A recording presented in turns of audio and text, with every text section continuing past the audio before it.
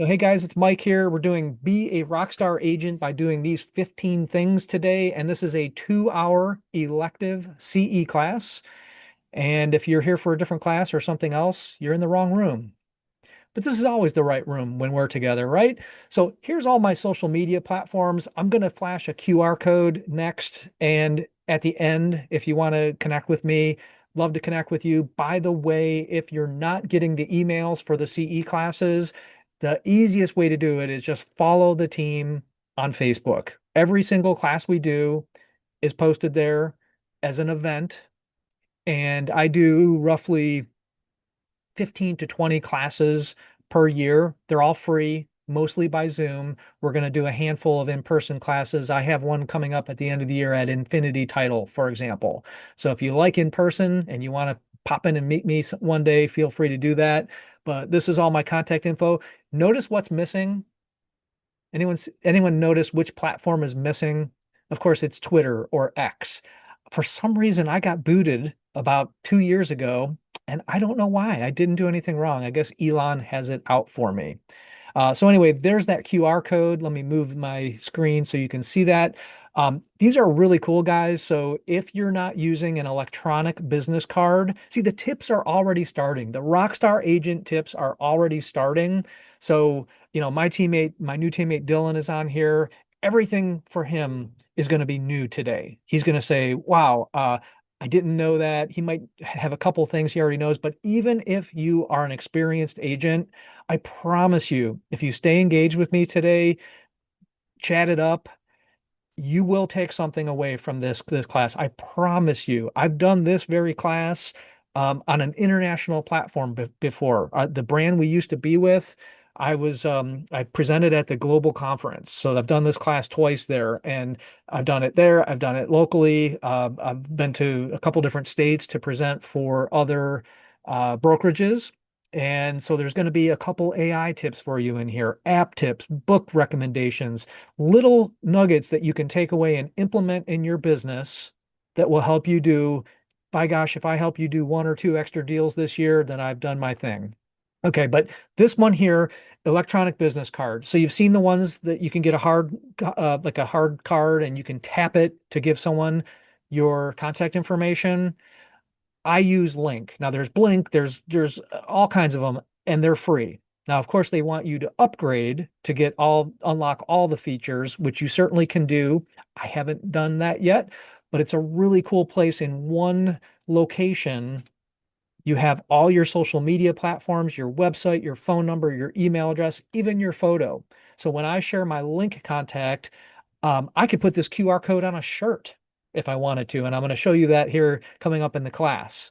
There's actually a way that you can get more business by uh, putting your contact information out there. So I'll show you guys that. But if you don't have an electronic business card, sign up for one, get it, put it on your phone, and make it easier to share all your contact information with your clients. The tips are already starting. All right. So anyway, I do have to put a little disclaimer in here. This one's important. It goes with the disclaimer here. True or false? We should not discuss or exchange information about our policies regarding specific commissions amounts or structures outside of our brokerages and or team. You don't have to get all the questions right, but the answer is true. All right, guys. So here's where the content starts. We are in the real estate business, right? And I know this sounds a little trite to open with, but we're also in the expectation setting business. And I think if you wrap your mind around that, it will help you be more successful with your clients. It will change their experience. So let me give you a couple analogies here. If you go to a restaurant and you get exactly what you expected, and then well, first of all, do you do a review for that? Do you tell your friends about that? Do you say, hey, Mike, I had a really adequate, really average meal the other day. The service was okay. The food was average. The quantity was sufficient. The wait time wasn't too bad. You don't tell anyone about that. When do you tell people about your experience? There's two times you tell people about your experience. when it's really great or really bad. That's when people do reviews. That's when they talk about it. So my challenge for you guys is, first of all, go get this book, Raving Fans. It's an easy read. I've got it sitting right here on my shelf. I think it's like 100 pages, somewhere between 90 and like 150 pages. It's such an easy read, but it talks about these expectations that we have and how to develop raving fans. So one of the examples, and I remember the examples in this book like it was yesterday, it's a grocery store. So when you think about a grocery store, what's your experience? It's like, okay, I go there, I buy stuff, I leave.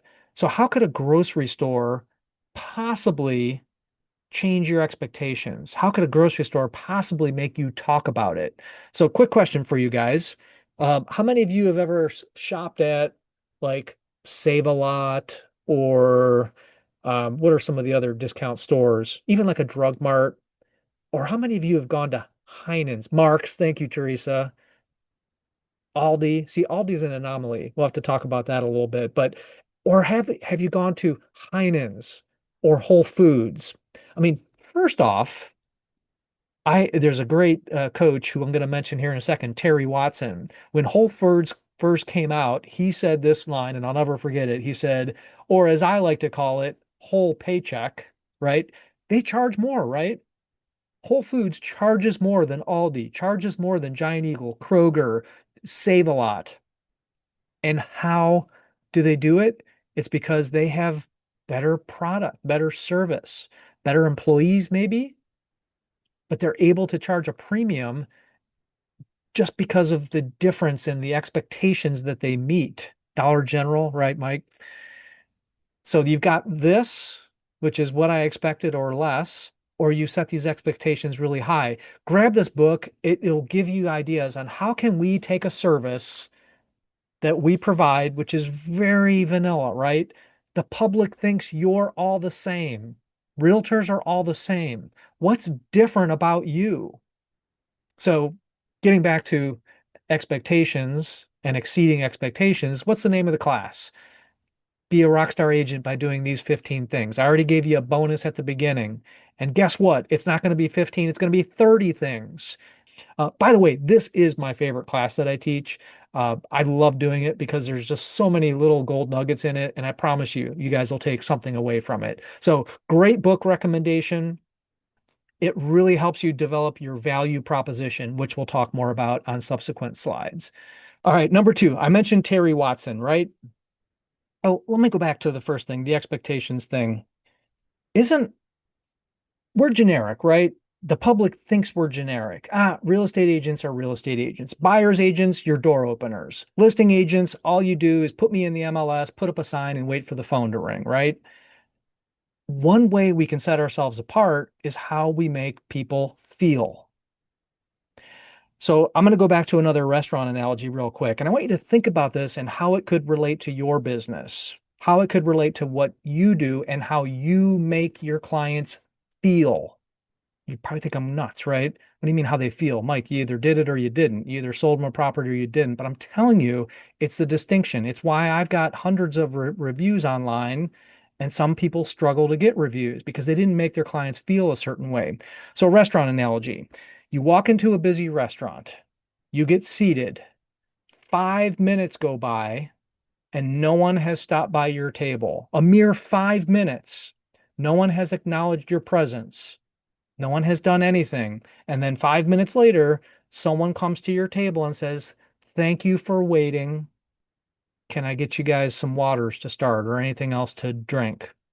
Now, maybe I'm a little demanding, but I feel like, man, that 5 minutes was an eternity. As compared to, imagine this. I used to wait tables, by the way, bartender waited tables. So I know this to be true. I've experienced it myself in a restaurant. As opposed to, you're seated within a minute. I walk by your table and say, "Hey guys, thanks for coming in tonight. I'll be right back to see what I can get you to drink." And I make you wait the entire 5 minutes, same as the first scenario. Which experience feels better? You guys know what I'm talking about, or am I the only one? Am I just a jerk? I mean, to me, it's a no-brainer. that second experience feels so much better. And it's okay. You can say, Mike, you're just a jerk. It's fine. Anyway, slide number two, Easify. Mike, that's a made up word. What the heck? So Terry Watson, great coach. I don't see much of his stuff anymore, but the guy made an impression on me. So Terry Watson, he's the one who had the Whole Foods line, called it Whole Paycheck. And yet he still shopped there. It was because of how it made him feel. Someone mentioned in the chat, more selection. You go to Whole Foods, you go to a local lumber yard as opposed to Home Depot, and you say, hey, where can I find the 2x4x8s?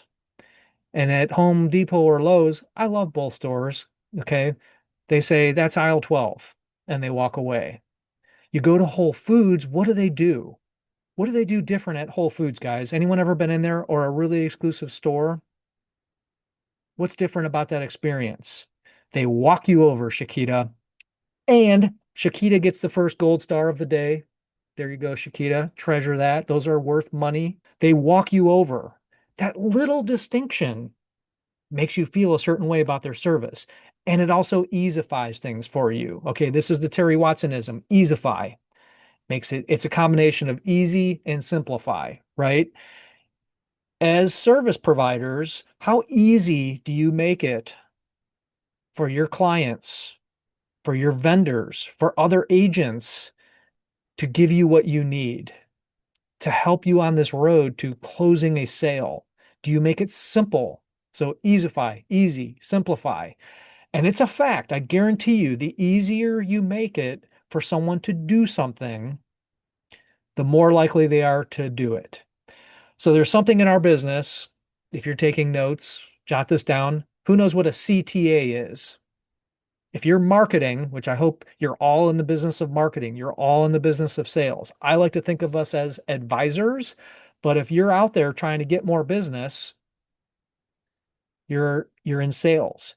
And so Mike Pillow got it. Mike, I knew you knew that, so you only get a silver star, but you could still put that on your wall. The CTA is the call to action.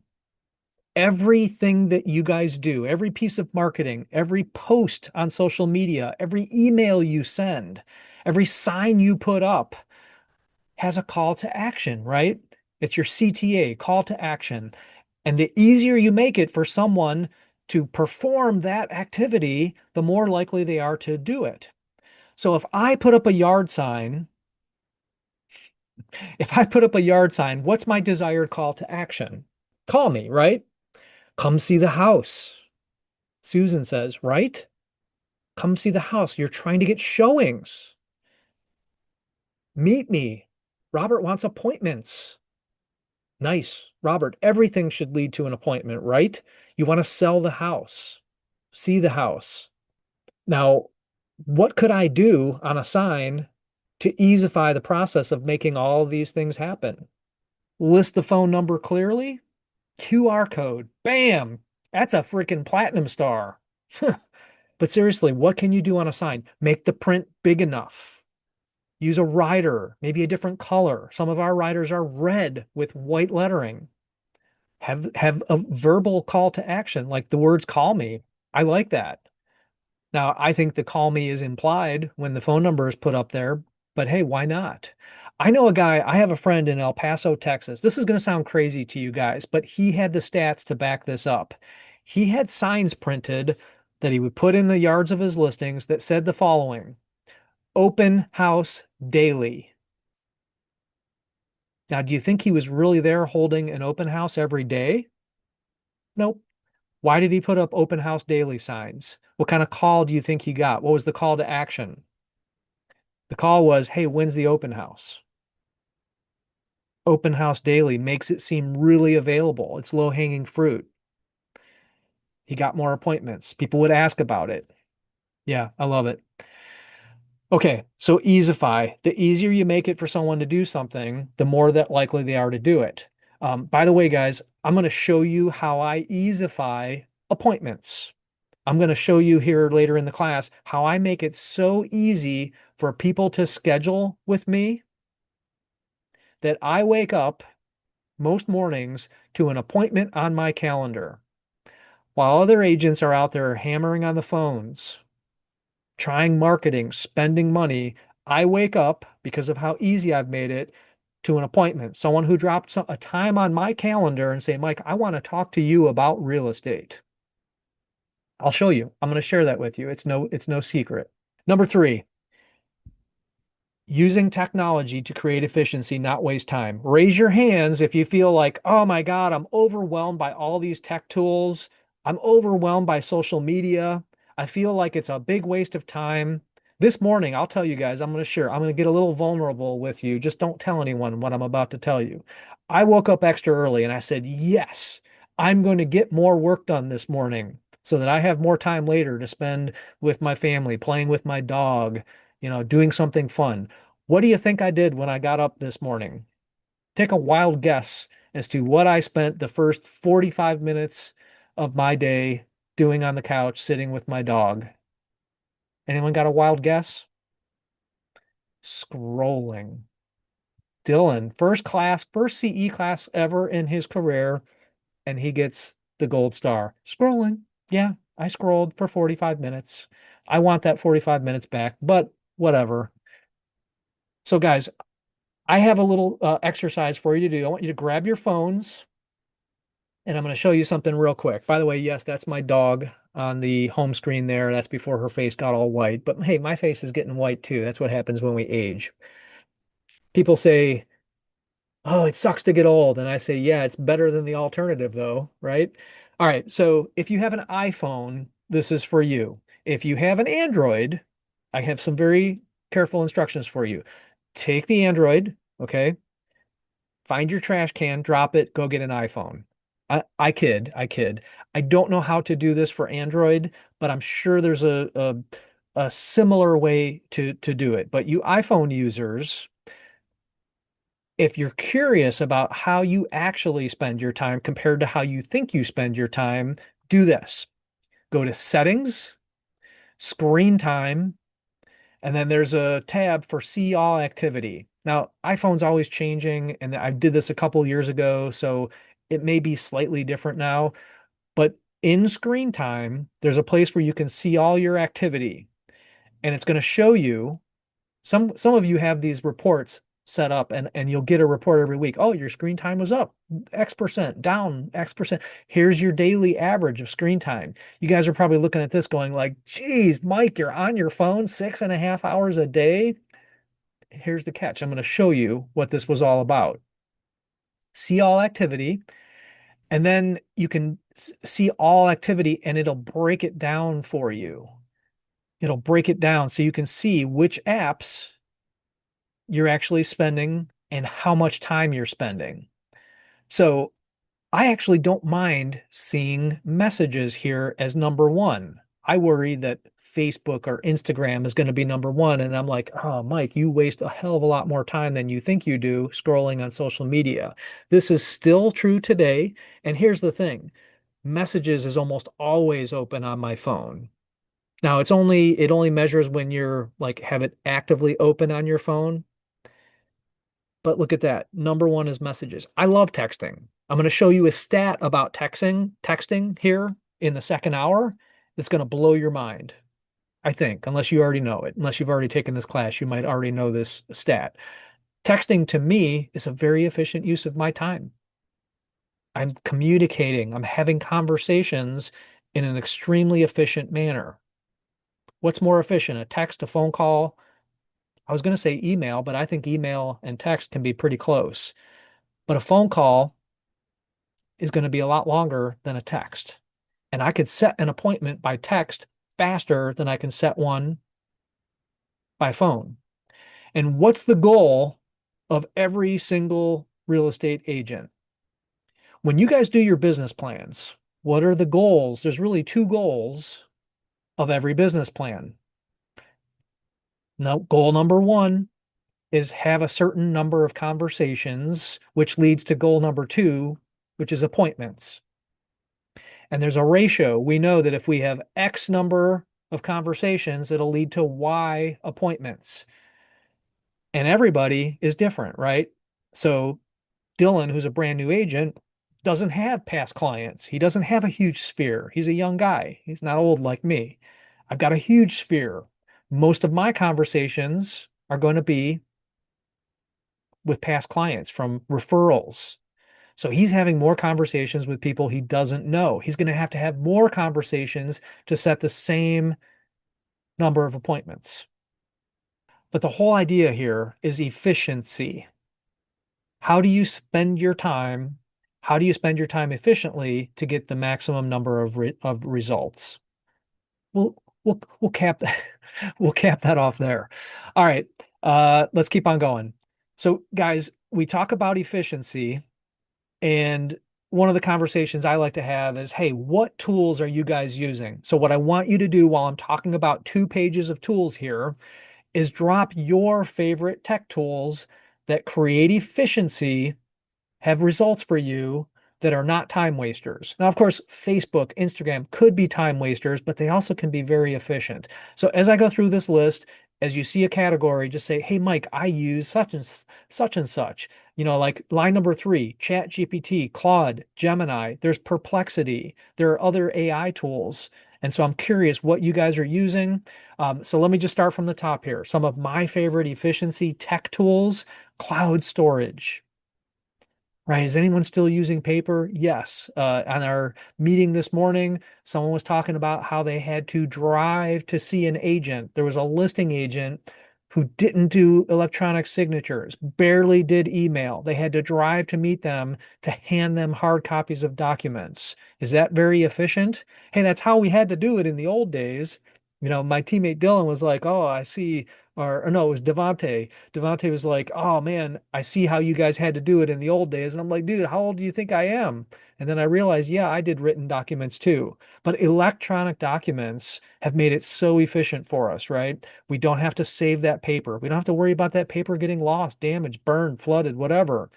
And I can now take my phone and I can share to you a document from my Google Drive or Dropbox or whatever. Anyone using any other electronic storage? I know there's OneDrive, there's I can't even name them all. Electronic signatures. Okay, so Devonte had to drive paper to that agent. But of course, are you guys using Dotloop, DocuSign?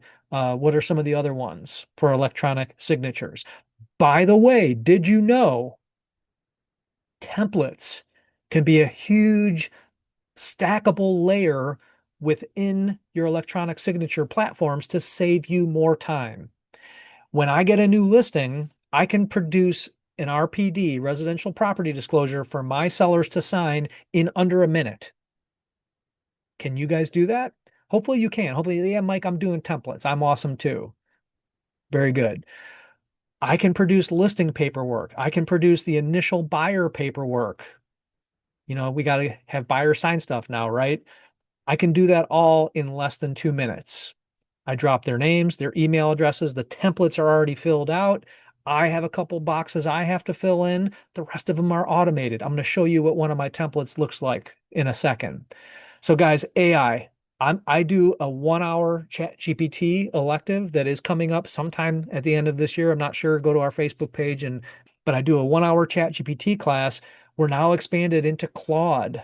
I don't really use Gemini a whole lot yet. Do you guys? Tell me what AI tools you're using.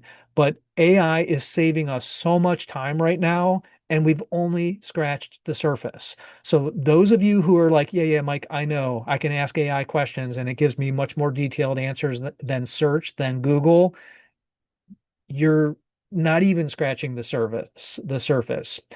AI can do what's called workflows. So imagine you had a robot assistant.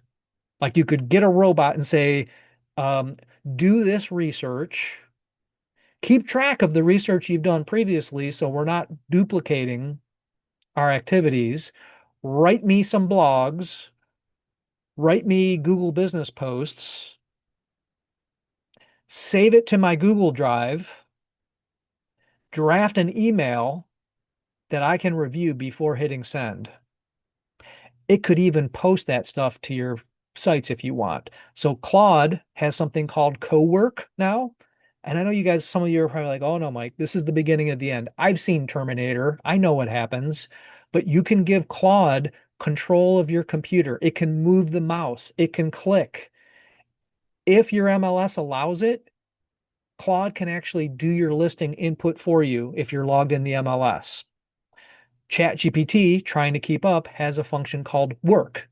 Same kind of thing. It's an AI assistant. It's an AI workflow. It actually does stuff for you. So when you're ready to take your AI use to the next level, stop using it like Google and start setting up workflows, scheduled tasks. I wake up on Monday morning to 15 blogs already written for me that all I have to do is proofread. I won't publish them without proofreading them. I proofread them, my team proofreads them, and then they post them. Same with Google Business Posts. And so, real quick quote here. I thought I was the first person to say this. Apparently, everyone is saying it. Guys, just like when the internet came out, there were agents, those of you guys licensed 30 years or more, remember the MLS books?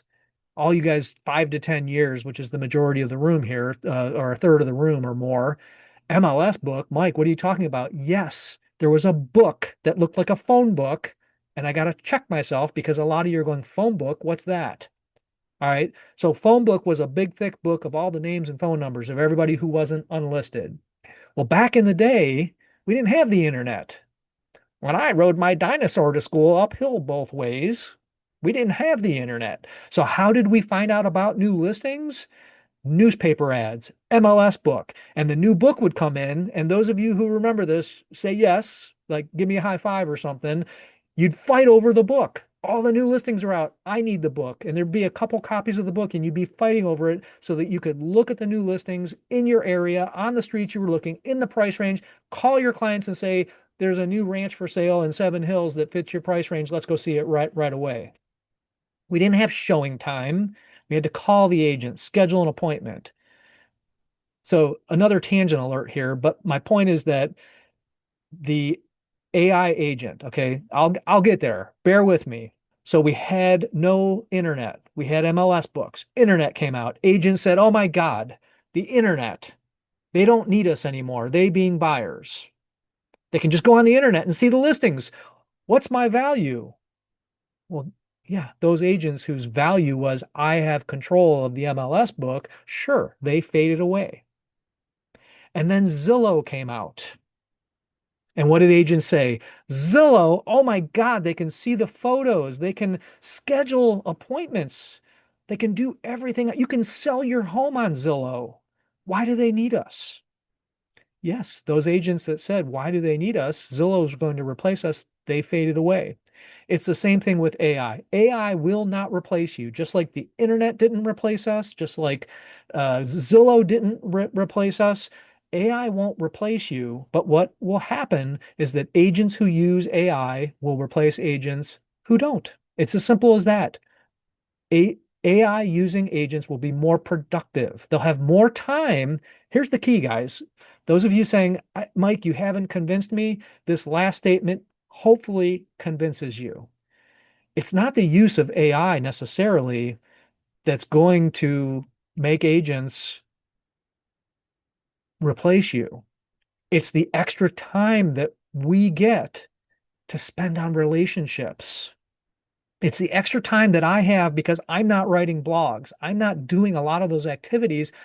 I'm belly to belly. I'm talking to people. I'm meeting them. I'm shaking hands. I'm having that interpersonal experience that AI can't do. Agents who use AI have more time for that. And that's the difference. It's no different than having a person as your assistant.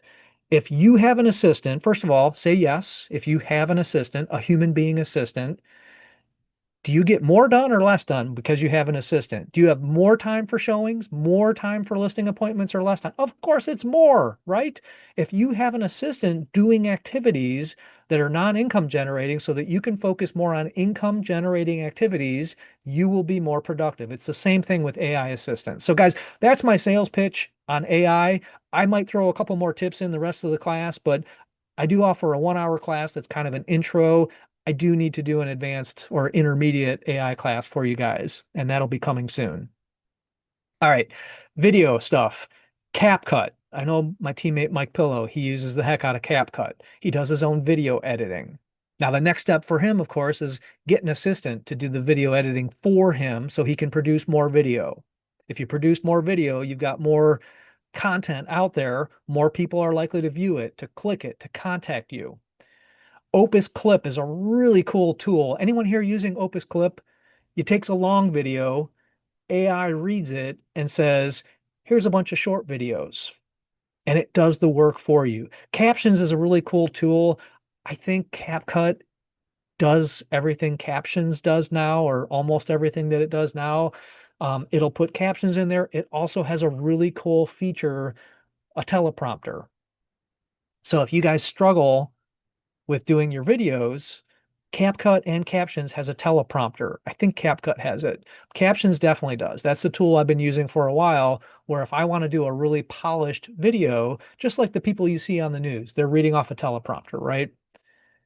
You can load the script, shoot your video. It even adjusts your eye contact. So I don't know how many times I've done a video and I notice, oh, I'm looking at the teleprompter. I'm not looking directly at the camera. That's distracting. There's an AI tool within Captions that will fix your eye contact. It's really cool. All right. Anyway, Zoom, just for CEs alone, right? How efficient is this? We're creating efficiency with technology. And there's other tools too. I know some people like Google Meet, which I get it. I'm already established on Zoom. I'm probably not switching. Quick side note here. How could you possibly use Zoom or Google Meet to get more appointments? Well, on today's role play, which side note here, every Saturday morning at 8:30, we get together, and it's not just my team, it's everybody. You're all invited. If you're interested, shoot me an email, mike@21mike.com. We'll add you to role play. Just this morning, we got a great idea from someone from, I don't even know what state he's from. He's definitely out of state, different brokerage. And as he was trying to set the appointment, he wasn't getting the appointment. I was his role play partner. I said, no, no, no, I don't want you to come over. Not interested in talking to agents right now. What did he do? He said, I got an idea. Let's set up a Zoom for tonight. And it was so disarming in the moment. I'm like, oh, okay, I'll do a Zoom. You're not coming over my house, but sure, I'll do a Zoom. Using Zoom as a tool to set more appointments when you can't get in the door. Brilliant, right? I can't believe we didn't do more of this. Now, yeah, I've done Zoom appointments for out of town sellers, overseas buyers, all that kind of stuff. But using Zoom as an efficiency tool to set more appointments, pretty cool stuff, right? Next item, scanners. So I've been using Genius Scan for a while. I got to be honest with you, I don't recommend it anymore. I'm so frustrated with it. I'm probably going to switch. Maybe I'll look into Cam Scanner. I just have a hard time getting the emails to go through. But if you are in a place where maybe you're meeting a buyer for the first time and you're signing the buyer paperwork on the hood of the car, you guys had to do this yet? I was actually at a showing. I was walking out, and the next agent pulled in with their buyers, and they're literally signing the paperwork on the hood of the car. What do? Do you bring two copies, or can you give them the original after you scan it with your phone and email yourself a copy and them a copy? Guys, you got to have a scanner tool on your phone. By the way, iPhone users at least, in email now, there's a built-in scanner. Did you know that? You could compose an email, hit the paper clip, and it's going to ask you, what do you want to attach? Guys, all these tips, like really the class should not be these 15 things. It should be like these 100 things, right? Am I blowing your mind yet? Hopefully, hopefully. So you open your email, you compose an email, you hit the paperclip, and it's going to say, what do you want to attach? And I'm going to say, scan a document. And I can take pictures of the document, say it's 5 pages, buyer documents, hit the checkbox, bam, I've got a PDF attached to the document, and I hit send. Can I ask you guys a favor? I'm going to really get serious with you here. Please stop taking pictures of things and sending JPEGs. JPEG is a picture file. Don't lay your pages out and take photos of them. Nobody wants photos. We want PDFs, right? So that's my ask today. That's the only cost of being here, that if you're still sending photos to people of documents, that starting today, you'll stop doing that because now I've given you three tools to stop doing that. Genius Scan, Cam Scammer, Scammer, no, Cam Scanner, and of course, the email app on your phone. I'm sure Android has it too. Any other apps you guys are using to scan your documents, drop them in the chat. Por favor. That's please in Spanish. Okay, a few more tools. The Google suite of stuff, right? I can't remember the last time I gave Bill Gates any money. I don't pay for Microsoft Word, Excel, because it's all free on Google Drive, in Google, Gmail, Google Documents, Google Sheets, Slides, Calendar, and they all interconnect. And remember, I promised you guys I'm going to show you how I take all these tools, most of which are free, and it turns into appointments on my calendar. And I'm getting to it here in a second. Showing service. Are we all using showing time? Let me ask you a question. If you're using showing time, great, say the following. If you're not using showing time, imagine how you look compared to someone who says the following. Well, hi, Mrs. Seller. Uh, no, I'm not starting from high. We're talking about how we schedule appointments now. My job is to get you more showings. And how do I get you more showings? I make it easy for agents to show your property. Well, imagine if I'm going to be blunt here, okay? Do I have your permission to be blunt? All right. So, how do I get you more showings? I make it easy for agents to show your property. Now, if I'm too cheap to pay for a showing service, what do? I have to field those phone calls. Agents have to call, text, or email me. If I'm busy, like I am with you right now, talking about your listing for the next hour, there might be agents trying to schedule showings on my listing and they have to wait. That's not easy. I know when I go to schedule showings and I see call agent, text agent, email agent, call office, what do? We can all do it in unison. You see that. What do you do? Oh, right? Oh, can't I just click a button to request my showing? That's showing time, right? Whatever showing service you use and you move, thank you, Heather. You move on. You know what? You know what? I will schedule that one later. They want to see five houses. I can only show three today. I'm going to schedule the three that are on showing time because bam, bam, bam, they're scheduled. If they don't like any of these today, tomorrow I'll try to get in to those one or two that didn't have the showing service. William says, not a lot. Yeah, thank you, William. This is PG-13 here and really should be PG. Um, but anyway, if I'm saying that on a listing appointment, I say, look, it cost me a few extra bucks to do it, but I promise you, by me having this service, I will get you more showings. And it's true. I know that I get more showings than the listing that doesn't have some easy way to schedule showings. Now, there's something I mentioned here. I've never used this service, but I have agents asking me all the time, hey, what do I do if I need a showing done on behalf of a buyer? Well, number one, join a team or contact an agent in your office and have a partnership with someone, whether it's that team or another agent you're friendly with, or Showami is a showing service. You pay an agent per showing.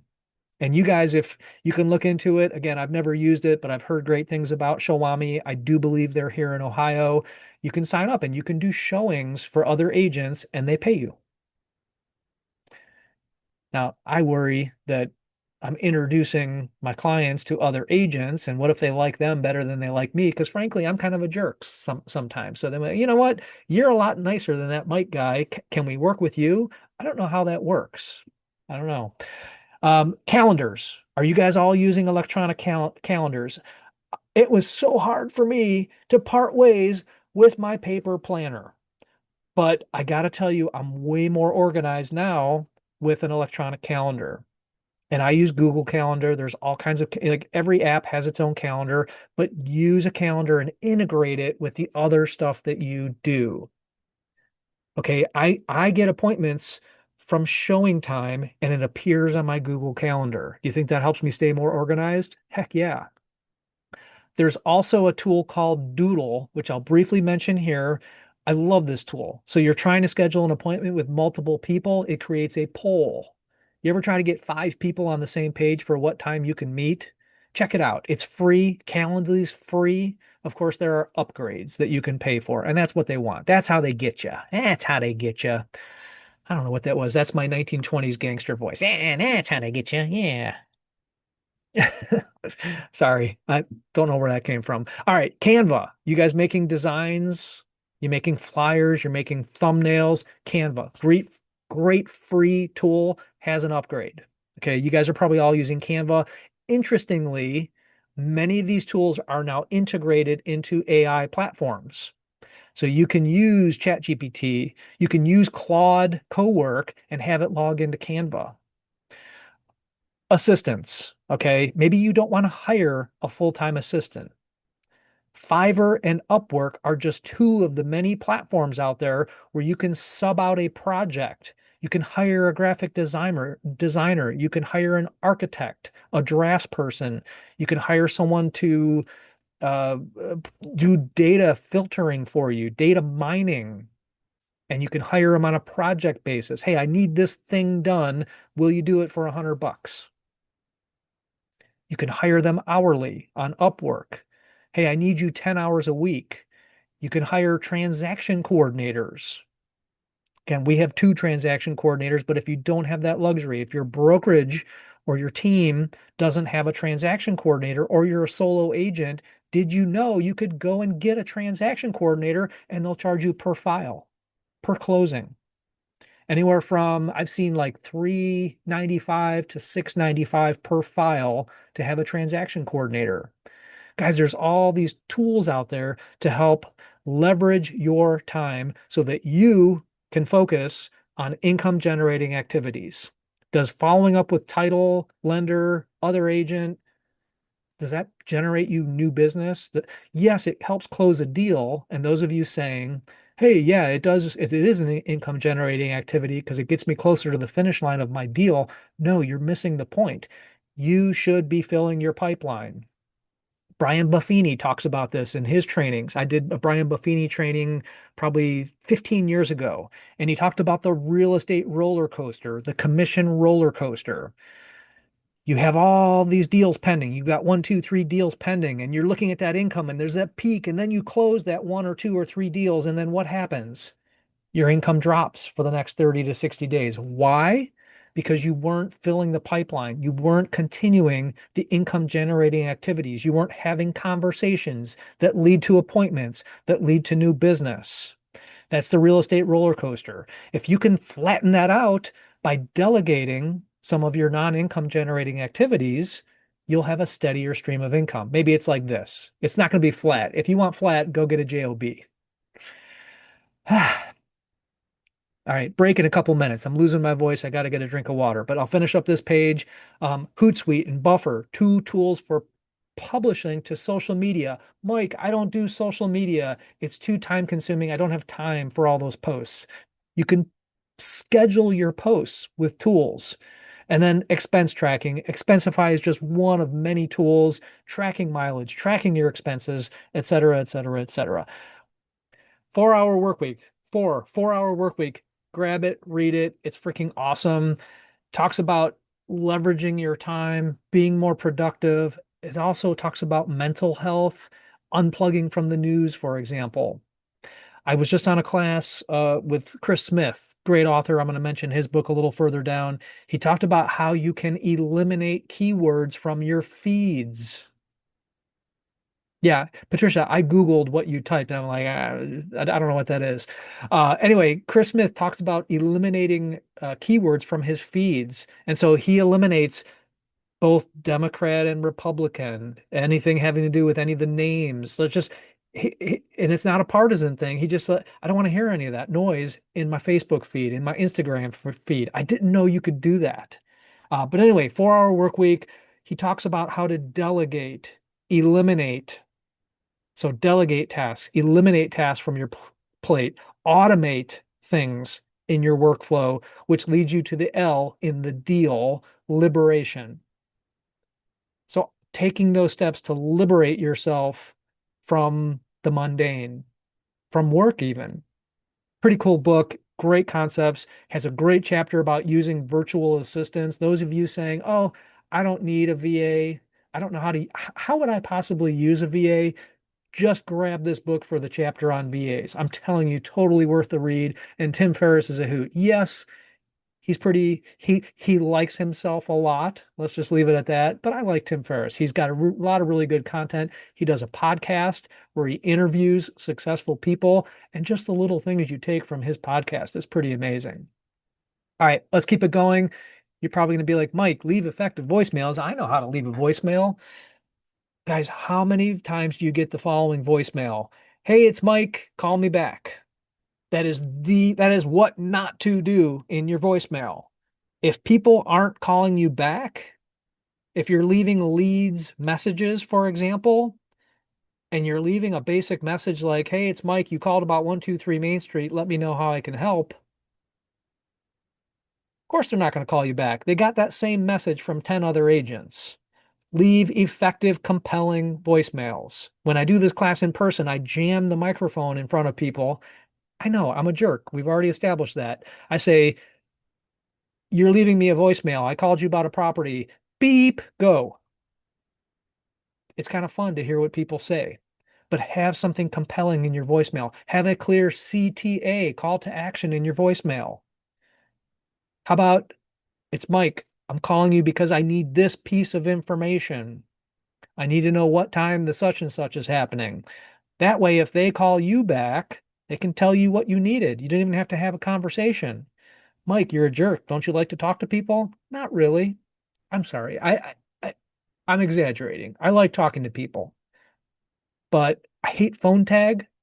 Hey, Mike, calling you back. Let me know what you need." "Hey, John. Yeah, it's me again. Missed you. Call me back." No.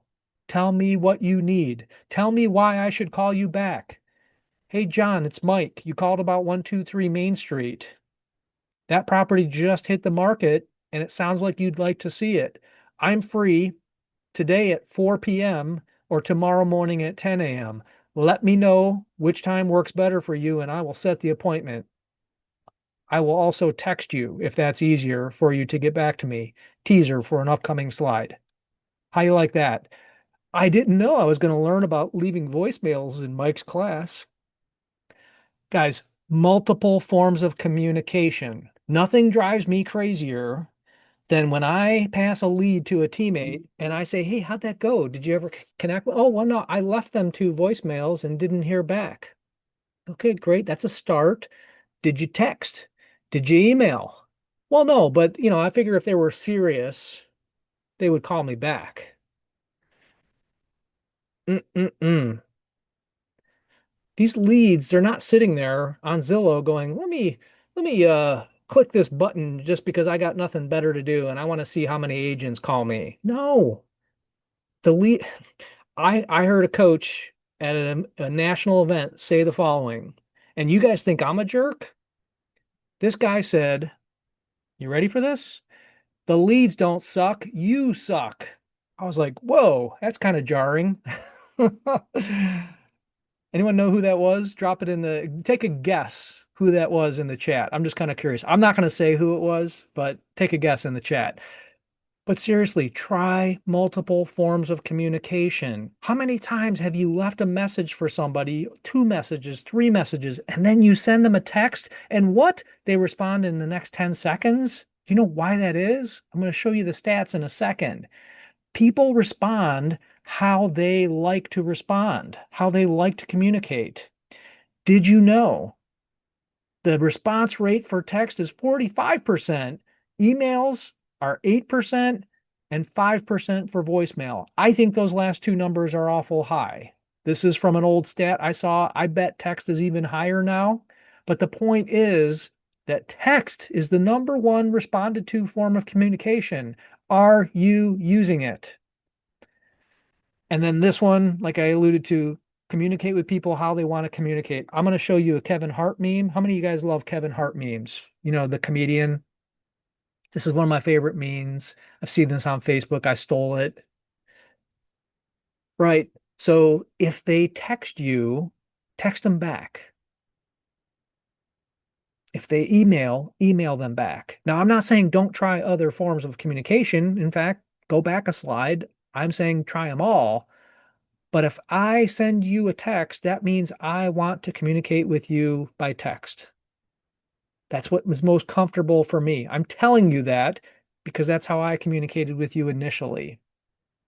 I don't know who needed to hear that today, but this is the face your friends are making or your coworkers or whatever when you call them when they text you, the Kevin Hart face. So next time that happens, imagine your friend making this face. Okay, let's talk about lead conversion for a second. I told you we're going to be all over the map today. You get some of these things you guys are probably saying, Mike, I knew that. I'm good. So that's why I'm going to move fast here. Did you know that for lead conversion, calling within 5 minutes is huge? I would argue within the first 60 seconds. I'm going to tell you a quick story while I put up this graphic. This is from the Chris Smith book. By the way, another great book. It's called The Conversion Code or just Conversion Code. This guy is absolutely amazing, great speaker. He's doing a bunch of AI stuff right now. But here's my quick story. So 2 days ago, I got a Google lead. Okay, it's one of several different lead sources that we use. I don't spend a ton of money on Google. I might spend $100 a month on Google. I got a Google lead that said, "Hey, I'm moving here from whatever city. I need to buy. No one's getting back to me." I called her within Actually, I messaged her back. I didn't call. Mike, didn't you just say communicate with people how they want to? Yeah, I messaged her back within 60 seconds. She was like, "Oh, wow, that was quick." I've already made an impression on her. I've already exceeded her expectations. Wow, the bar is way down here for how agents communicate, how quickly they respond, how they don't respond. Are you guys reading this slide as I'm talking? Because you should be shaking your head like this, going, "Oh my God, are we that bad as an industry?" So I messaged her back right away. Then I got on the phone with her and I said, "Let's talk. Let's find out. Let's do a consultation."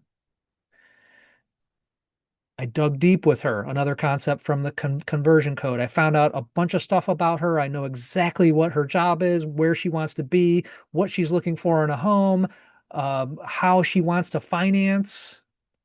I made the connection. She said, "And I need a lender." I mean, hallelujah, a buyer who gets it. And then I sent the buyer documents. She signed them within 60 seconds in DocuSign. Signed buyer's agreement. I'm showing houses today. My teammate is showing her this morning, and we're going to meet up for lunch, and then I'm showing her this afternoon. 48-hour turnaround time, all because I responded quickly. Guys, these numbers are abysmal. This was research they did. The one that gets me, 47% of leads never get a response. Now, yes, okay, there's a reason why there's so many leads out there. They're contacting multiple agents. So how do you stand out? How are you different? Are you just one of 10 agents that left a message saying, "Hey, it's Mike. You left a message about 123 Main Street. How can I help you?" That's my boring agent voice. Do I have that one down? Anyway, you guys got the numbers off of this. I don't need to read them to you.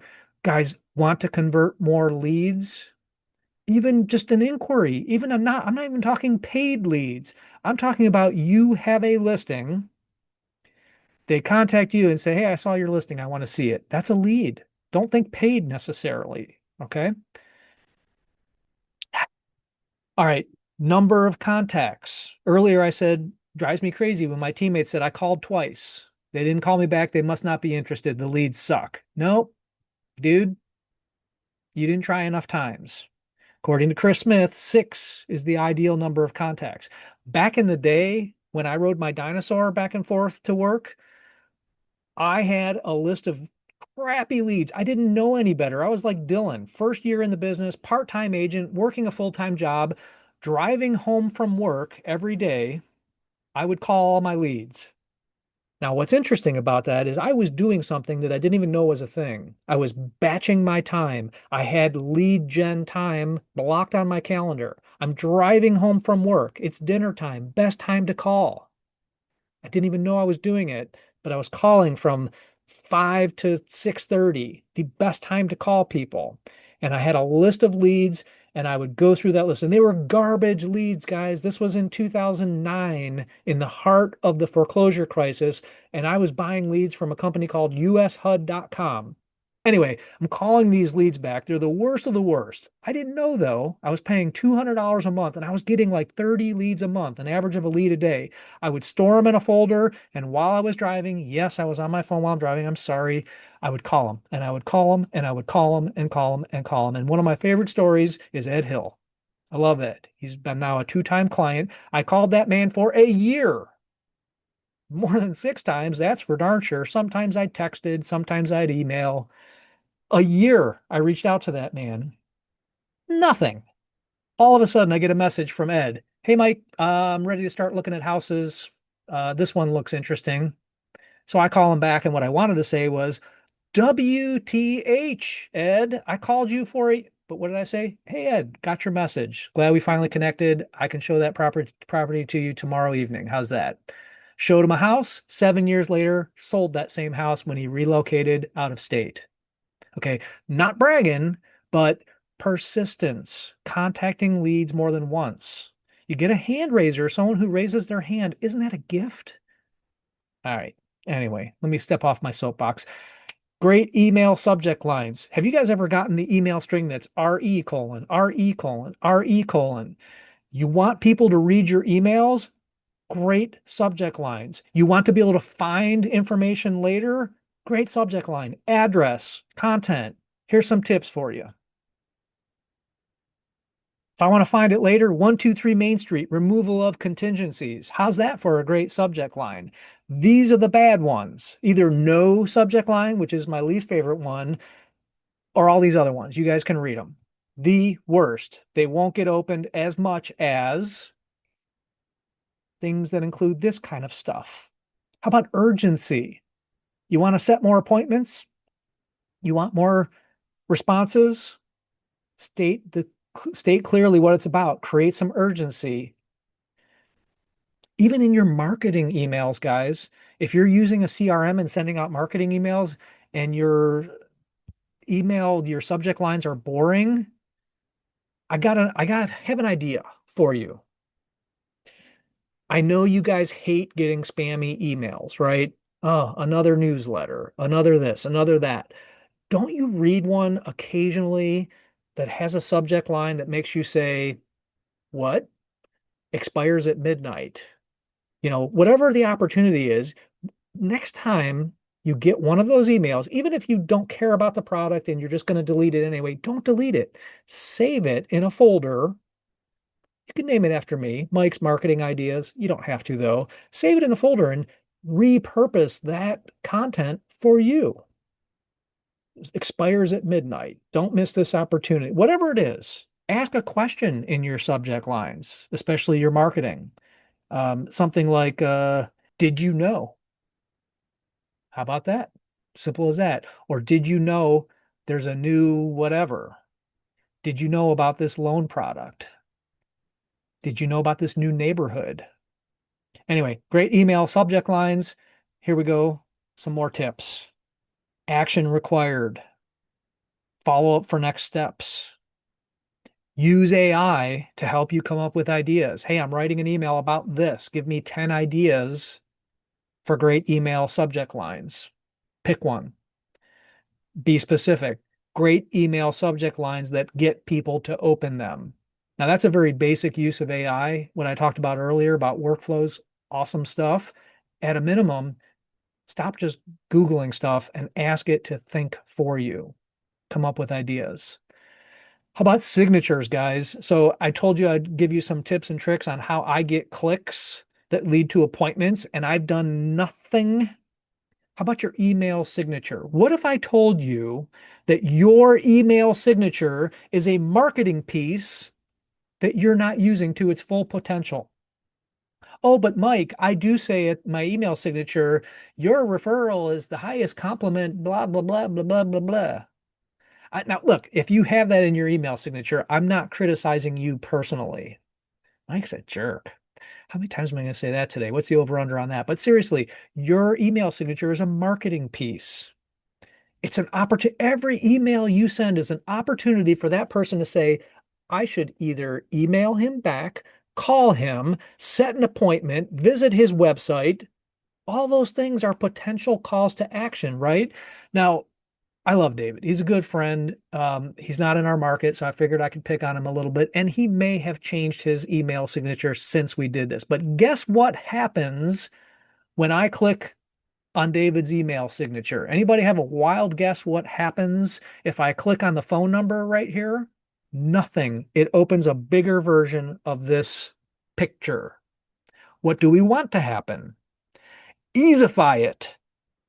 The phone number dials the phone. The email creates an email. The website takes me to the website. The calendar link takes me to his calendar where I can easily set an appointment because I have a home to sell, David, and I've been getting your emails for a year and I've never reached out to you. But man, I can just click a link to schedule an appointment with you. That's freaking awesome. Guys, the appointments that I get on my calendar are from strangers mostly. Yes, they're sometimes from people I know, but most of the appointments I get are from strangers. You have a problem with a company, okay? Amazon. Amazon is smart, okay? Say what you will about Jeff Bezos, but the people that work for him are smart. You have a problem. Do they want you calling them and say, I bought this product and it's broken. It arrived half full, whatever. No. What do you do? What do you do when you have a problem on Amazon? They have a chat button. I don't have to talk to a human being. Don't have to dial the phone. Tell my wife to handle it. Tell my wife to stop ordering stuff. That's a good one. But Easify, make it easy for them. Complete strangers will see my email, go to my website, watch a video. Every single one of those has a link to schedule an appointment with me. I wake up in the morning and I've got a listing appointment. What do you have? Okay, that's David. Here's another guy. I don't even know if he's at Huntington anymore. Really good dude again, but this was his email signature. Notice the bottom. If you don't change your signature on your phone, it defaults to whatever. iPhones default to sent from iPhone. What are they doing? What's iPhone doing with that? Why is sent from iPhone their default signature? Why does iPhone make that the default, guys? It's their call to action. It's, oh yeah, iPhone. It's brand awareness. I should get an iPhone, but change your signature on your phones as well, please. Here's mine. Book a meeting with me. Learn more about the team. Give me a review. How many of you want more reviews? Well, do you make it readily available?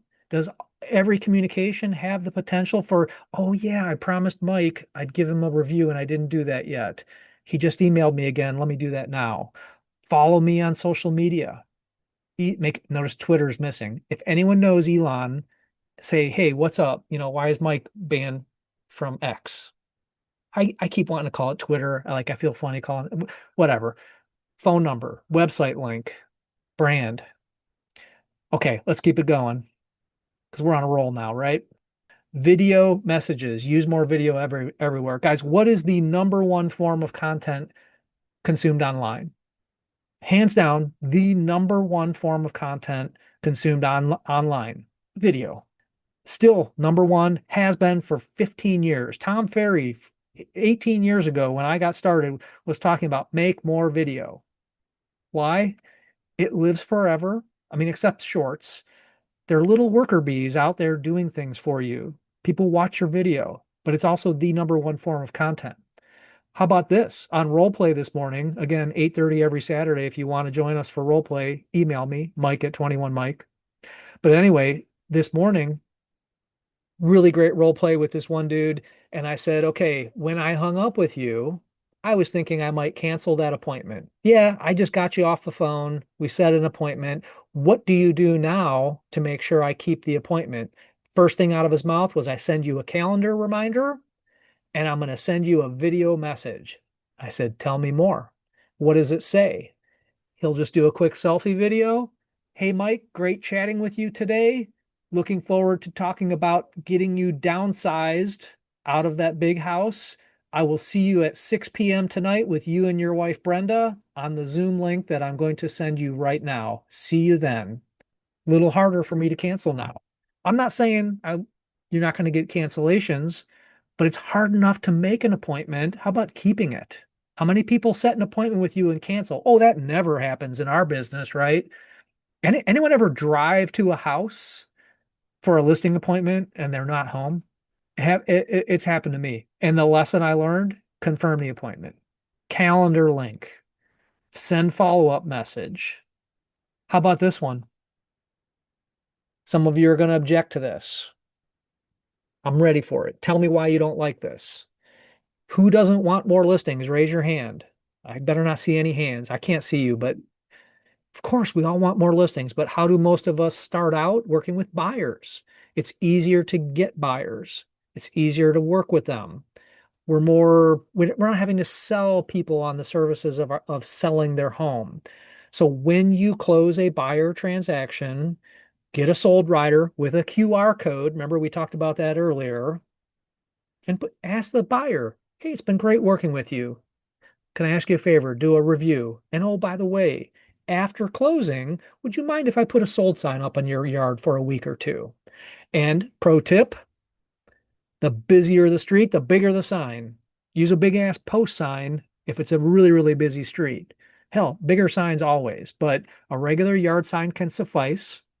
Because didn't you sell that house just as much as the listing agent did? Maybe more. I would argue that you had more to do with it than the listing agent. You brought the buyer, for God's sakes. Now, I know here, let me just tell you, I'm not even going to look at the chat. Oh, but Mike, that's not ethical. It is. As long as you wait till your client owns the house, there's no ethics violation there. Why not? You want more listings. So if you don't want more listings, don't do this. All right, I'm going to move on because, and those of you who are objecting, objection noted. If anyone is, objection noted. Don't do it. You don't have to. AI to leverage your time. I feel like we spent a lot of time on this earlier. I got on my AI soapbox. Okay, start out using the basics. Hey, if you're using it to write your listing descriptions, awesome, high five. If you're using it to make lists for you, which is what I started out teaching, using it, awesome. Keep learning AI. My coach has challenged me. Yes, I do coaching. I'm in the Tom Ferry coaching platform. I do not get compensated if you join. But my coach has challenged me, Mike, spend 2 hours a week learning something about AI. 2 hours a week. Why not? Use it to leverage your time. All right, I've got a little video I'm going to play you. I give you Michael Scott. Okay, so this is the disputed poster. Let's see if we can't just brainstorm and find some creative alternatives that are win-win. Win. Yes, thank you, Pam. How about Angela makes the poster into a t-shirt which Oscar wears. That way he can never see it, and whenever she looks at Oscar, she can see it. Win, win, win. No. Okay. The idea with negotiation, guys, is we're all trying to achieve the same goal, right? Close a deal. We have a buyer who wants to buy. We have a seller who wants to sell. Listing agent wants it sold. Buyer's agent wants to sell. We're all rowing in the same direction. Now, I'm not saying don't represent your clients. All I'm saying is that if we get creative, like making the t-shirt out of the poster, we can all achieve that goal. And if you're known as the collaborative agent, the collaborative team, don't you think that affects the outcome? So no names, please. But any of you who've been in the business long enough, Karen, I saw you in there, and I know we've both been around for a while, but I love Karen, by the way. She's not on this list. But those of you who've been in the business for a while, just give me a yes if you know what I'm talking about. And you guys who are saying yes are going to be like, yes. But you see a name on the listing or on an offer, and you say, oh, I got to work with them. I don't even want to look at the chat. I'm sure it's like, yes, Mike. Oh my God. Hallelujah. Thank you for saying it out loud. Don't be that agent. Part of our mission statement is to be the team that other agents want to work with. Okay. It makes a difference. It's not about just being nice. I'm not saying be nice. I've told you how many times today that I'm kind of a jerk sometimes, most of the time. But if you're known as being collaborative, for example, do you think in a multiple offer situation that could help your buyer? If people are looking at your listing going, ugh, do you think maybe your showing of that property may get put down to the bottom of the list, just like if you don't have a showing service? Guys, it makes a difference. All right, electronic signatures, we talked about this. I want to show you one of my templates real quick. So guys, I bet a lot of you are doing this. If you're on my team, these get set up for you.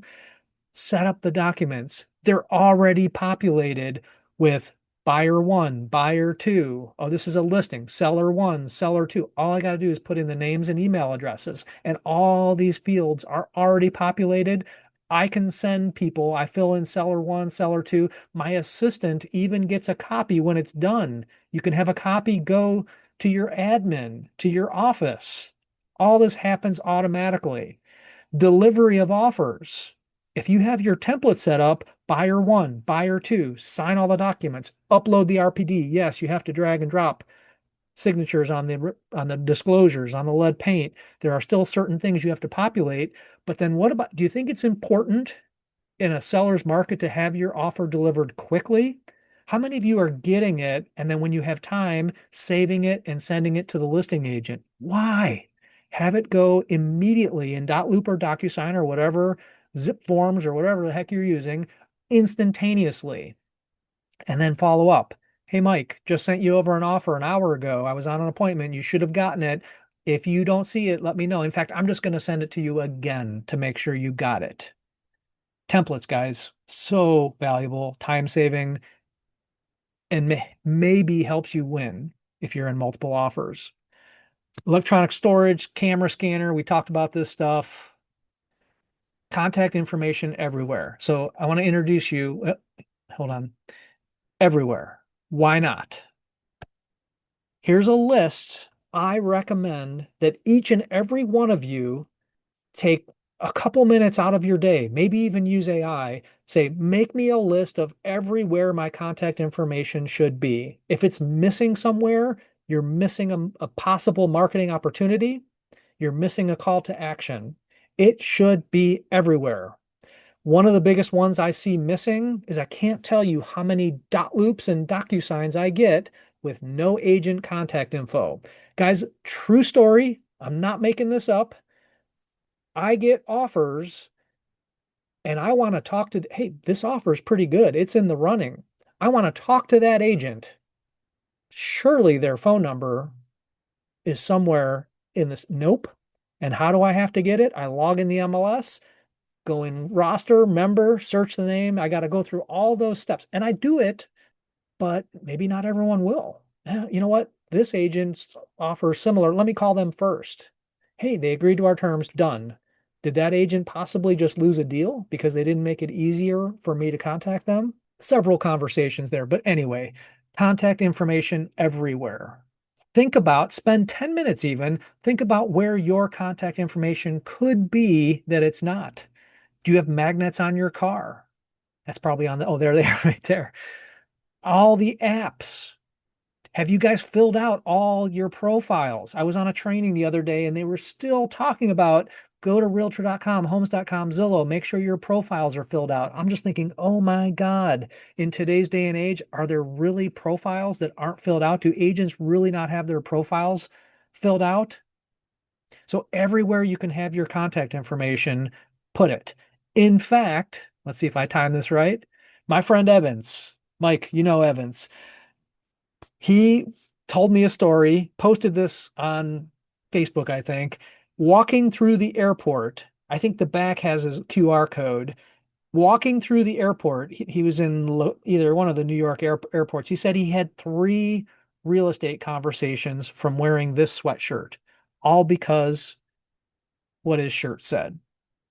Pretty cool, huh? Guys, want to have more conversations that lead to more appointments? All right, this is a quick hitter here. Gotta quote Dad. He used to say better an hour early than a minute late. I was 3 minutes late for an appointment yesterday, and I called 10 minutes ahead of time. I'm on my way. I'm so sorry. I'm going to be 2 or 3 minutes late. You're like, what's the big deal, Mike? It makes an impression. All things being equal, you show up 2 minutes late to a listing appointment and the other agent showed up 10 minutes early. All things being equal, who do you think might get the nod? I know a lot of people say, hey, if you're on time, you're already late. That's another saying, but my dad didn't say that one, so it doesn't make the quote board here. Guys, take punctuality seriously. I know it sounds kind of trite for a real estate class, but those of you who need to hear this, please hear it. Everyone know what a CRM is? Client Relationship Manager. Your company probably provides you one. Use the free one. I get this question, Mike, what's the best CRM? Well, guess what? It's the one that you use. We're using Lofty primarily, but I also use MailChimp for big email stuff. Many of these have free versions. MailChimp has a free version. And then, of course, once you're like me and have 60,000 people in your MailChimp, they get you for almost $500 a month. But anyway, I digress. I love MailChimp. There's Constant Contact. There's Follow Up Boss, which is reputed to be the best number one CRM in the real estate business right now. And all these CRMs have integrations with AI, integrations with your calendar. Okay, updating of the CRM can happen automatically. You make a phone call through your CRM, it logs it. Guys, the CRM is the best way to keep track of your leads, your prospects, your clients, because here's a little tip for you. Throw the term past clients out of your vocabulary. We only have clients. If you're not following up with your past clients as clients, you will lose them. And I'll show you a stat here in a minute. Can you believe this? You guys are probably sitting there going, oh no, my clients are loyal. They come back to me. But as an industry, while 88% say they would use the same agent, only 11% actually do. That means that your past clients are going on Zillow. They're clicking a button. They're Google searching or AI searching best agent to sell my house in blank, best agent to sell my luxury home in blank, best first time buyer's agent in my area. They're going to a stranger and not coming back to you because you're doing a terrible job keeping in touch with them. Not you. I'm speaking to all the agents that aren't in this class today because all of you who are here are definitely doing this. All right, invest in yourself. This was a Warren Buffett quote that I just loved, and you guys are taking the first step today. Okay, taking classes. I love the fact that so many of you said, I'm here because of the content. Hey, if you need 2 hours of CE and it's free and it's online, it's convenient, awesome. I've done my job. I've easified it for you to attend my class today. You remember who I am, hopefully. If you have a real estate question, you'll reach out to me. If you need help with something, reach out to me. But do the things that you do to improve yourself. Make time for your CE classes. Don't cram them all in the, oh, I bought the package from Hondros and I'm going to click through the 30 hours in 7 hours. Go to non-CE events. I went to KW had an event. It was the summer mastermind event. I wonder if anyone was there. Anyone see me there or go to that event, the KW summer mastermind in Independence at the Embassy Suites? I had never heard of the event. I got invited to it this year. I was on one panel, but I went to one session there that blew my mind. Also, Scott Simon, the Cleveland guy who did the opening segment, awesome. I didn't get anything for doing that. They didn't pay me to be there. In fact, it was like $45 a ticket to get in the door. Best $45 you could have spent for a free event. 4 hours of content, a bunch of vendors there. At those events, you get some of the best pricing of the year. Anyway, invest in yourself. Invest in yourself, guys. All right. This was a Drew Brees quote. I actually had the pleasure, the privilege of going to the ESPYs a few years ago, and Drew Brees got up on stage, and freaking Drew Brees. Those of you who don't know, Super Bowl champ, one of the best quarterbacks of all time, top 10, let's just say top 20, whatever. this amazing athlete, and his message wasn't about, be great, you know, work hard, achieve. No, it was about gratitude, humility, and respect. So I threw this slide in there because I believe it, and I hope that as you guys go through your days here, you think about it. What am I grateful for? I know a lot of coaches, including Tony Robbins, preach starting each day off with your daily gratitudes. Now, for some of you, it might be prayer. For some of you, it might just be, hey, these are three things I'm grateful for today. And starting out, it's a proven fact that starting off your day with that positivity actually affects your performance throughout the day. They've done multiple studies on this. Salespeople who have this attitude, not even the best educated or the best talkers, the people who started their days off with gratitudes were actually the highest performers at the company. It's a bizarre thing, but I'm telling you, it works. Um, Slide 21 here, ask for help. I know a lot of us, like early in my career, I'm like, I'll figure it out. And I was so proud. I was too proud to ask for help. When people ask me, Mike, what's the number one thing you would change about your real estate career? What would you do differently? I say I didn't ask for help soon enough in my career. I thought I'll figure it out. I don't need coaching. I don't need training. I just need to work hard. Number one thing I would do is join a team or get a coach, get a mentor much sooner in my career. Also, if you're drowning on a deal, guys, things can spiral out of control quickly. I do a law and an ethics course. I do the 3-hour core law and ethics classes. If you guys need that, go to the Facebook page, watch for it coming up. Law is actually next month. I don't have the date in front of me, but 3-hour core law coming up in August. Don't wait too long to ask for help. By the time you ask for help, it may already be a lawsuit or a complaint. How about firing clients? If you're busier, if you've created more conversations and more appointments, it's easier, right? If you've got 2 clients and you want to fire one of them, that's 50% of your potential business, a little harder. So do all the stuff we've talked about so that you're more comfortable firing clients. But I gotta tell you guys, I've worked with teammates who said, I feel such a relief. Getting rid of that client has freed my time up, and now I can spend it with people who appreciate me and who are actually going to do some business. Okay, we talked earlier about value proposition. Have you guys heard VSP or USP, your unique value proposition? I would argue, guys, that it's so important in this era of genericness, of the public thinking so little of us. There's a coach, and I haven't been to any of his events, but now that I mention him, it's going to come up in your feed as well because your phones are listening. Jeremy Miner. He goes around the room. He's a sales coach, not a real estate coach. He goes around the room and he jams a microphone in front of people and he says, "What do you sell?" And they say it. Real estate could be copier, whatever. What do you sell? And why should I go with you? And what does everybody say? Chris Smith just said this on the interview I did with him that'll be dropping very soon. He said, "What do we all say? What do you guys say? I work harder. I give the best service. I love on my clients. I'm available. You can contact me 24/7." Guys, we all sound the same when we say that. Is that really a value proposition? And do you want to be available 24/7? I don't. I fired a client for giving me a hard time because she texted me at 9 p.m. and I got back to her at 7:30 a.m.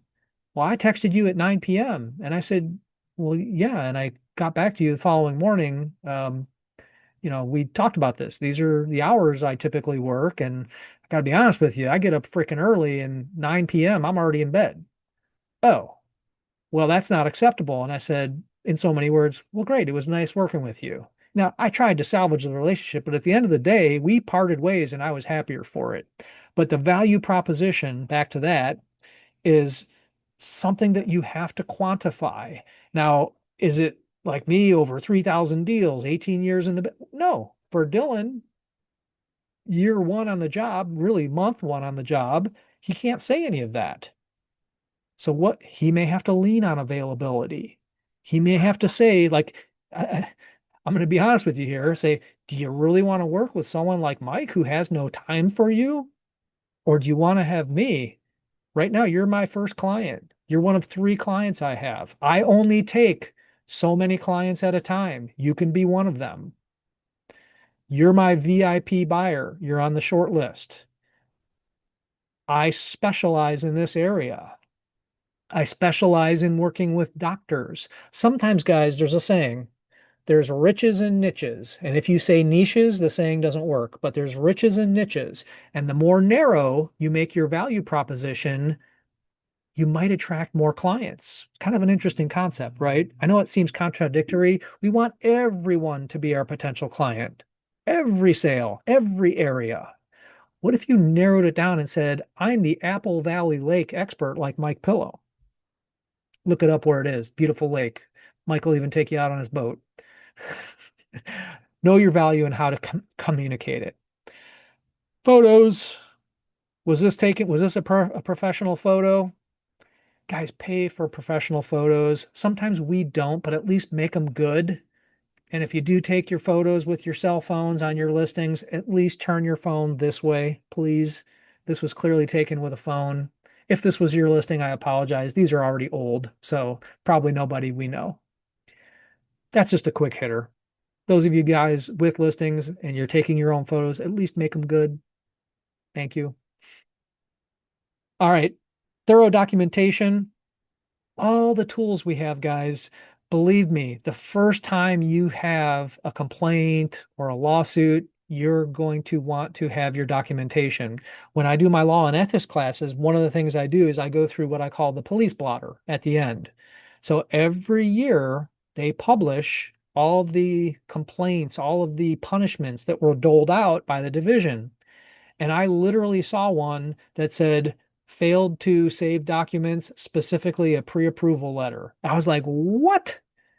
Someone got a violation because they didn't save a pre-approval letter. So ask yourself, do you document everything? Do you save everything? You're going to want that. One of my favorite quotes from my law class is treat everything you do, every phone call, every text, every email, as though you're building a case. I know that sounds really negative. Like, oh my God, I got to do everything as though I'm going to have a complaint filed against me. Kinda. You have to act like you're building a case, document everything. Guys, do you know your paperwork? If I asked you right now, hey, on the purchase agreement that you use, how many days does a buyer have to do inspections? And then how many days do they have to respond? And then how many days do the buyer and seller have to come to an agreement? Now, your answer might be, Mike, I know exactly because they're blanks and I fill those in. Okay. But if you're using the state of Ohio contract, a lot of that stuff has defaults in there. Do you know what those are? Missing a date on a contract is a big deal. Do you know which disclosures are necessary? If you're here in Northeast Ohio and you're blessed with having point of sale inspections, do you know which ones are required? Is it interior? Is it exterior? Do they require sewer inspection? Does your county or municipality require a septic inspection? Can you guys all answer these questions? And do you know the right paperwork to get her done? Didn't think I'd be quoting Jeff Foxworthy on this class. All right, that's 26. 27, disclosures and procedures. Guys, all right, I'm going to pose a question to you. You guys are probably shaking your head, except for Dylan, because he's brand new. God, Mike, I know my disclosures, okay? How about this question? Do you know the few circumstances under which it's okay for a seller to not fill out a residential property disclosure? And did you know Ohio had a document? I haven't found it in a while, so I've saved the old one, but they had a document that had a list. We're not filling out the residential property disclosure because of this. Property acquired through foreclosure, property acquired through an estate, inherited property, we know nothing. Sergeant Schultz. Anyone know what show? You get you get extra credit today if you can tell me what show Sergeant Schultz was on. But seriously, the disclosures, back to the RPD. How many of you have seen a listing or had a listing where the seller just writes on each page, never lived in the property, and they refuse to fill out anything, but they just got done renovating the house, or they've lived there for a year, or it was in an estate, but it's been transferred into their name for 6 months, and they've been in and out of the property a dozen times. I would argue that that's not good. That by not filling out the disclosures, they're actually opening themselves up to liability. Now, I'm just a broker, not an attorney. Don't practice law, consult your attorney, ask your manager, your broker, how you like that for a disclaimer. I'm not here to give legal advice. I'm just here to ask questions. And I would emphasize to you guys, if something doesn't seem right, ask the question. Go back to the life buoy, ask for help. Next, track your numbers. There's a great saying from Peter Drucker, what gets measured gets managed. And what gets managed can be improved upon. So are you guys tracking, if you have business plans, are you tracking the number of calls you're making, the number of conversations it generates, and how many appointments you generate from those conversations? There's a great tracker called CTE that we used to use. And I'll be honest, with Lofty, we haven't figured this part out yet. Mike Pillow and I are working on that, but we got to track our numbers, guys. If you're going to go through the trouble of making a business plan, figure out what's working for you. Like if I said to you right now, apart from your sphere, what's your number one lead source? How many deals did you get from each lead source? I can tell you that for our team. 29, written plans and guides. Okay, number one, we talked about business plan. If you guys take nothing else away from this class, if you don't have a written business plan, start on it now. Start gathering your numbers each year. So I do a Tuesday training. It's open to everybody. And at the end of the year, we do 5 or 6 weeks all about creating a business plan. So if you're interested, email me. I'll make sure you get invited to that. I take you through the steps of making a business plan. The other thing, how about a marketing plan? If you're walking into an appointment, or better yet, a pre-listing package that includes your written marketing plan. 2 agents interview for a listing. One has a written marketing plan, one doesn't. Who do you think has a better shot? Have you guys produced a buyer's guide, relocation guide, area guides? If you work with investors, guys, creating these plans and guides and documents not only makes you the expert in those areas, it's also great content for online. Put them on your Google business page, on your website. The keywords from these things will help you rank higher on Google. Homework, go to ChatGPT or your AI of choice. Go to Google, search your location. Mike is down in Howard, Ohio, Apple Valley Lake. Top real estate agents, Apple Valley Lake. And hopefully you come up. If you don't, it's because you don't have enough content out there with keywords. All right, down to my last tip here, number 30. Had to quote my wife, give you a visual with that. She used to call agents who were always available pop-tart agents. These are the ones that struggle in the rest of their life, maybe with their relationships, their kids. Do you want to miss the games? Hey, I'm at my kid's game. Oh, but you want to see a house right now? They press the button, you pop up. Don't do this. Especially you newer agents, you don't have to always be available. Why do we do this? It's because we're afraid. We're afraid we're going to lose that client. Oh, you can't be here right now or in an hour? I'll find a different agent. Guys, set the boundaries. It's like I did with the client I told you I fired. I said, I'm available typically from this hour to this hour. If it's after this hour, I will probably get back to you in the morning, unless I happen to be available. Got to make time for yourselves. Which leads me to your bonus tip, which is have fun. Guys, if you're doing it right, this should be a fun business.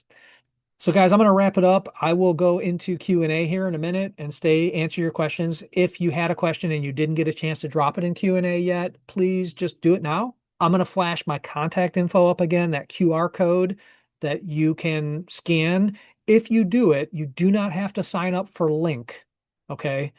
You do not have to sign up, but you can. It will ask you, do you want to share your contact back to Mike? Do it. Okay. I'll save you in my phone. I'll shoot you a personal message and you'll have my cell phone. You can contact me if you have some goofy question or you want a second opinion on something. Again, just a broker, just an MBA from Case, not a lawyer.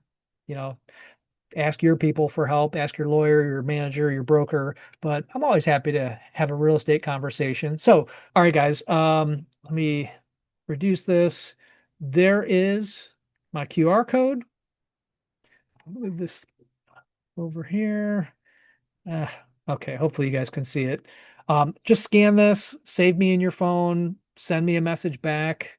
Um, Again, Mike at 21mike.com. Uh, Follow me on YouTube, subscribe. All our content gets put up. It's free training. Every single Tuesday we do it. And if you want to come practice with us, like Alan Iverson says, practice, we do role play every single Saturday morning. And what else? Oh, 21 Mike Team on Facebook. Go there. You can see the classes as events. All right. When you say challenge a residential property disclosure from an LLC, this is in the buyer and seller classes I teach, we talk about this a little bit. If you've got, say, a flip and your buyer is saying, well, on the RPD, they just wrote never lived in the home and they didn't answer any questions. Look, all you can do is ask. You can't force the listing agent to twist the arm of the seller to fill it out. You can't force the seller to fill it out. You really don't have any teeth here. All you can do is ask. You explain to the buyer that, hey, they didn't fill it out. Clearly, they think because they've never lived in the property, they don't have to. I disagree with that, but let's ask. Let's ask if they will fill it out. Hey, would you mind asking your seller if they would be willing to fill the residential property disclosure out more completely? We understand they never lived there, but we're just wondering if they do have any knowledge about any of the questions. If the answer comes back as a no, you advise your buyer, hey, they said no, they're not going to fill it out. But the good news is that you are going to have a private home inspection should you win, should you get the house. And of course, guys, always encourage your buyers to have private home inspections. But no, you can't really challenge them to do it if that's not what you meant. One of the biggest things that leads to lawsuits is lack of disclosure. So if you think a seller knew about something and didn't disclose, it's not typically us that files those, it's usually the buyer. But the problem is if hey, I just moved in my house and the first big rainstorm, the basement leaked. That's the number one thing. Water in the basement, and that turns into a lawsuit. And the sad part of that is that their attorney, they say, well, let's sue everybody. Yes, you as well. And that's what happens. They decide to name the seller, the listing agent, the listing brokerage, the buyer's agent, the buyer's brokerage. And the reason they do that, I don't know if there's any attorneys in the room. I mean, sometimes they don't. The client, I've had instances where the client says, well, no, that's dumb. You're not naming my buyer's agent. He didn't know. And certainly the brokerage had nothing to do with it. I'm good with going after the seller. But anyway, they do it because the more names they can name, the more likely it is that they're going to get a settlement. And that's really what they're looking for in many cases. They're looking to get some kind of compensation because, hey, I'd be mad too if the first time it rained, which this actually happened to me. I bought a house in Beechwood, very first heavy rain we got. I walk around the house, the downspouts are overflowing. And so we reached out to the agent and said, hey, it rained and the basement flooded. It didn't flood, but there was, water, we're just wondering if the seller knew anything about this. And of course, little old lady lied and said, nope, didn't know anything about that. So we just, what are we going to do? Sue a little old lady? I guess we could have. But anyway, we decided to do nothing.